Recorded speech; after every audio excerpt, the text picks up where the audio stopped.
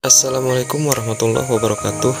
Kali ini saya akan memberikan edukasi tentang terorisme. Baru-baru ini kita melihat di media itu pemberitaan tentang penangkapan salah satu anggota MUI yang terduga teroris. Mari kita belajar tentang terorisme. Sebetulnya apa yang disebut dengan terorisme? Jadi terorisme itu adalah serangan-serangan terkoordinasi yang bertujuan membangkitkan perasaan teror terhadap sekelompok masyarakat menurut id.wikipedia.org. Jadi ini adalah pengertian tentang terorisme.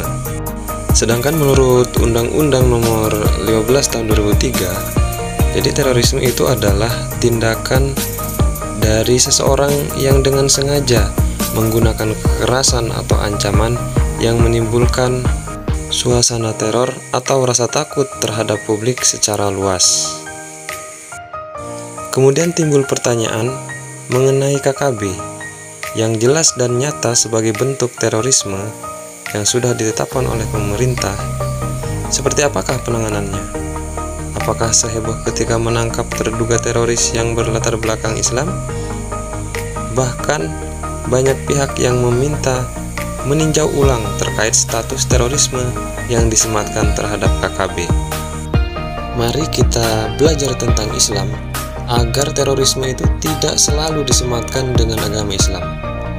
Islam yang berasal dari kata salimah yang berarti selamat merupakan agama yang menjamin keselamatan bagi siapapun, baik di dunia maupun keselamatan di akhirat.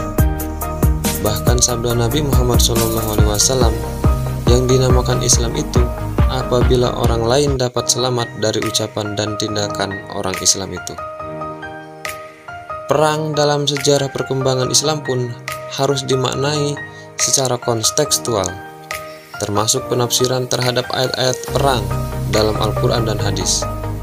Allah Subhanahu wa Ta'ala pun berfirman bahwa Dia mengutus Nabi Muhammad itu yang membawa Islam sempurna sebagai rahmat untuk seluruh alam.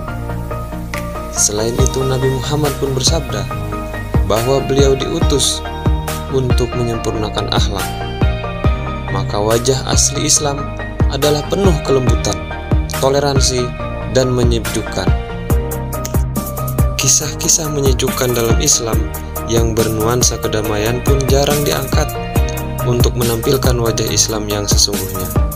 Seperti misalkan kisah Nabi Muhammad yang menolak penawaran malaikat untuk menghancurkan kaum kafir dalam perang Uhud. Kemudian, kisah Nabi Muhammad SAW yang justru menjenguk orang yang meludahi beliau setiap hari. Kemudian, menampilkan wajah Islam yang moderat, ini pun menjadi tugas berat, terutama bagi elemen bangsa Indonesia yang belum tertular virus radikalisme atas nama agama. Konsep Islam Nusantara pun akan diuji dan harus dioperasionalkan. Pemerintah jangan hanya berusaha menangkis gerakan radikalisme dan terorisme dengan menghilangkan kelompok-kelompok, namun juga dengan berupaya memperbaiki keadaan bangsa sehingga lebih mengedepankan kepentingan kesejahteraan rakyat. Mengingat salah satu penyebab radikalisme dan terorisme itu adalah faktor politik, ketidakpuasan terhadap berbagai penyelesaian masalah yang dilakukan oleh pemerintah dan politik global. Untuk itu, mari kita bersama menunjukkan bahwa Islam adalah agama yang rahmatan lil alamin. Jangan selalu dan selalu Islam disematkan dengan terorisme. Mudah-mudahan informasi ini sangat bermanfaat. Demikian, wassalamualaikum warahmatullahi wabarakatuh.